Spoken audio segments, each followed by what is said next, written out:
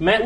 دیکھیے میں آپ سے پھر عرض کروں گا کہ ہم جب فتوے کی بات کر رہے ہیں تو ایک تو یہ واقعہ ہے نا، اور دوسرا یہ ہے کہ جو فتوے کا انسٹیٹیوشن جیسے انہوں نے بتایا اس میں ایک رائے کسی نے دینی، اس کے بعد اس کے ساتھ ایک دھمکی ہے، تو ہم اس پر بات کر رہے ہیں۔ بسم اللہ الرحمن الرحیم۔ جہاں تک تعلق ہے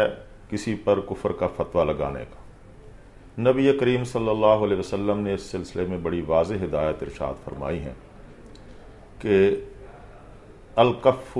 عمن قال لا الہ الا اللہ لا تکفرہ بذنب ولا تخرجہ من الاسلام بعمل۔ جو آدمی لا الہ الا اللہ کہتا ہے، یعنی کلمہ پڑھتا ہے لا الہ الا اللہ محمد الرسول اللہ، تو اس سے اپنی زبان کو روکے رکھنا چاہیے،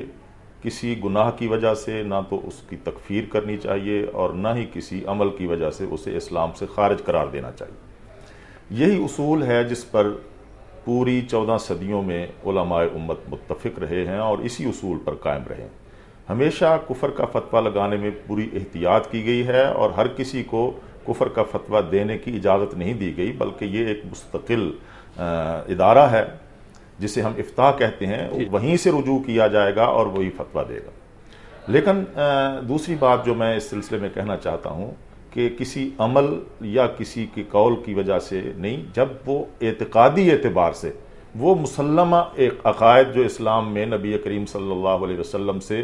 پوری دیانتداری کے ساتھ اور پورے ورثے کے ساتھ چلے آ رہے ہیں، ان میں سے کسی عقیدے کا کوئی شخص اختلاف کرے گا یا اس کا انکار کرے گا تو وہ خود بخود دائرہ اسلام سے خارج ہو جائے گا، اور علماء پر یہ فرض عائد ہوگا کہ وہ اس کے کفر کا لوگوں کے سامنے اظہار کریں اور اس کی تکفیر کا اگر کوئی فتویٰ مانگتا ہے تو فتویٰ دیں۔ اور اسی پر جو ہے میں آپ سے یہ چاہوں گا کہ ہم تھوڑا ظاہر ہے مطلب تیز چلنا ہے، آپ سے چاہوں گا یہ کہ دیکھیے اگر آپ کی رائے میں نے یا کسی اور نے ایسی ایک بات کہہ دی ہے جو آپ کے خیال میں یا کفر ہے یا شرک ہے یا نفاق ہے، تو آپ توجہ دلائیں گے نا کہ بھئی یہ بات آپ نے کہی ہے، اس بات میں یہ چیز پائی جاتی ہے، جی ہاں بالکل ایسے یہ ہے شرک اور یہ ہے کفر آپ کی نگاہ میں، لیکن ہم کسی کو لیبل تو نہیں کر سکتے نا کہ اب یہ مشرک ہو گیا یا اب کافر ہو گیا، تو کیونکہ وہ ہونے کے بعد پھر وہ قانونی لحاظ سے اس کی وہ حیثیت ہی نہیں رہے گی، اس کی جب تک اس سے وضاحت طلب نہ کی جائے وہ اپنی وضاحت خود کرے گا کہ میں نے جو کچھ کہا ہے اس سے میرا معنی میرا مفہوم یہ تھا، اور اگر اس کا مفہوم واضح ہو گیا کہ وہ کفر کے دائرے میں جاتا ہے تو پھر اس پر کفر کا فتویٰ دیا جائے گا، ورنہ اس کی وضاحت کو تسلیم کرنا چاہیے۔ اور آپ کے خیال میں جیسے کہ نعیمی صاحب فرما رہے تھے کہ یہ نہیں ہونا چاہیے کہ آپ یہ اپلائی کر دیں اور ساتھ ہی یہ کہہ دیں کہ اگر یہ نہ کیا تو یہ از خود ہو جائے گا۔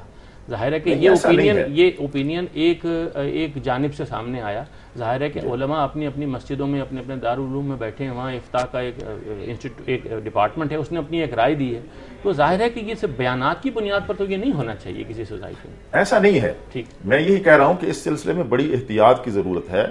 اور کوئی بھی شخص جو ہے وہ بغیر وضاحت طلب کیے ہوئے کسی پر کفر کا فتویٰ نہیں دے سکتا۔ اصل میں جس تناظر میں ہمارے یہاں گفتگو چل رہی ہے اور ایک نئی بحث جو ہے وہ سامنے آ گئی ہے اور حسن نثار صاحب نے بھی اس کا آغاز کیا ہے، وہ اصل یہ ہے کہ ہمارے اس بر صغیر میں سب سے پہلے بغیر کسی احتیاط کے اور بغیر کسی وضاحت کے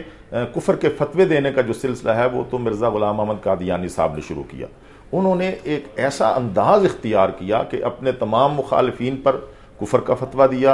ان کو گالیاں تک دیں اور یہ کہا کہ وہ ذریت البغایا ہیں اور وہ دائرہ اسلام سے خارج ہیں، ان کے ساتھ نکاح نہیں ہو سکتا۔ فاروق صاحب میں معذرت چاہتا ہوں آپ سے، مجھے ایک بریک لینی ہے، بریک کے بعد ہم حاضر ہوں گے، آپ سے بات کریں گے اور حسن صاحب سے بھی اور نعیمی صاحب سے۔ خواتین و حضرات ہمارے ساتھ رہیے۔